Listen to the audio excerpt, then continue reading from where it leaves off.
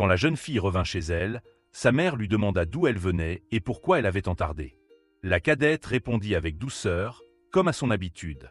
Mais à peine eut-elle prononcé quelques mots que, de sa bouche, tombèrent une belle rose et une perle brillante. La mère et la sœur aînée restèrent stupéfaites. Elles n'en croyaient pas leurs yeux. La mère, étonnée, demanda à la jeune fille de répéter ce qu'elle venait de dire.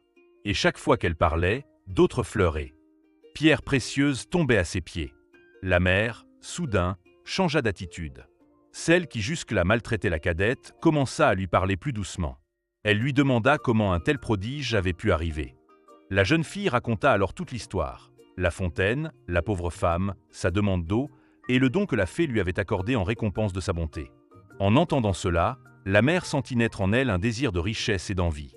Elle se dit qu'il fallait que sa fille aînée obtienne le même don, voire un don encore plus grand. Elle appela aussitôt l'aînée et lui ordonna d'aller à la fontaine avec la plus belle cruche de la maison. « Va chercher de l'eau, lui dit-elle, et si tu rencontres une pauvre femme, donne-lui à boire poliment. » La fille aînée, orgueilleuse et impatiente, prit la cruche en maugréant. Elle se plaignait déjà du chemin, trouvant la marche trop longue. Le soleil trop chaud. Lorsqu'elle arriva enfin à la fontaine, une dame richement vêtue s'approcha d'elle. C'était la même fée, mais cette fois déguisée en grande dame afin d'éprouver la politesse et le cœur de l'aîné. La dame lui demanda doucement « Voulez-vous me donner à boire, s'il vous plaît ?» La fille aînée répondit d'un ton sec et méprisant « N'ai-je pas apporté cette cruche exprès pour vous? Buvez, si vous voulez, mais ne me faites pas perdre mon temps. » Elle tendit la cruche sans aucun respect et laissa la dame boire sans faire le moindre effort pour l'aider. La fille aînée, sans comprendre ce qui venait de se passer, rentra chez elle en hâte. Dès qu'elle ouvrit la bouche pour parler à sa mère, un horrible crapaud tomba sur le sol, suivi d'un serpent. La mère recula d'effroi, horrifiée par ce spectacle. La fille aînée, sans comprendre ce qui venait de se passer, rentra chez elle en hâte.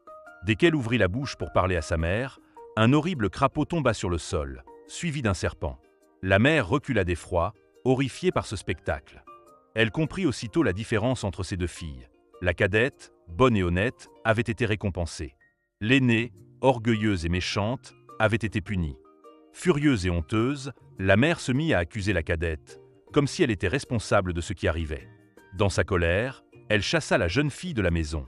La pauvre enfant partit en pleurant, ne sachant où aller. Elle marcha longtemps, tous.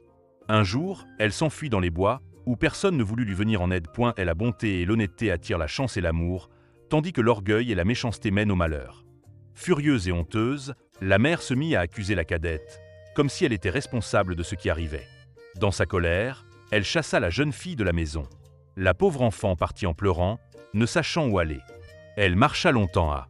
La cadette répondit humblement, et, comme toujours, des fleurs et des pierres précieuses tombèrent de sa bouche. Le prince, émerveillé par ce prodige et touché par la bonté de la jeune fille, en tomba amoureux. Après avoir appris son histoire et admiré son bon cœur, il décida de l'épouser. Il l'emmena dans son palais, où elle fut honorée et aimée de tous. Quant à la fille aînée, détestée à cause de son mauvais caractère et de son terrible don, elle fut rejetée d'eux.